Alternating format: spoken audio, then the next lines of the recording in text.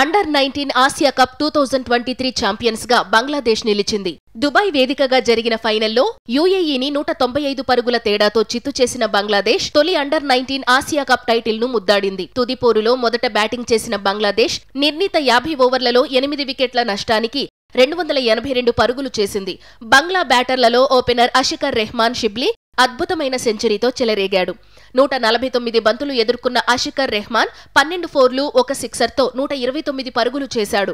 అతడితో పాటు రిజ్వాన్, ఆరిఫుల్ ఇస్లాం పరుగులతో రాణించారు. యూఏఈ బౌలర్లలో ఆయామన్ అహ్మద్ 4 వికెట్లతో చెలరేగగా హమీద్ రెహ్మద్ 2 వికెట్లు సాధించాడు. అనంతరం 283 పరుగుల లక్ష్యంతో బరిలోకి దిగిన యూఏఈ బంగ్లా బౌలర్ల ధాటికి కేవలం 87 పరుగులకే కుప్పకూలింది. బంగ్లా బౌలర్లలో రోహనత్, మరూఫ్ మిర్దా తలా 3 వికెట్లు పడగొట్టగా ఇక్బాల్, షేక్ ఫవీజ్ చెరో 2 వికెట్లు సాధించారు. కాగా సెమీఫైనల్లో భారత్ను బంగ్లాదేశ్ ఓడించిన సంగతి తెలిసిందే.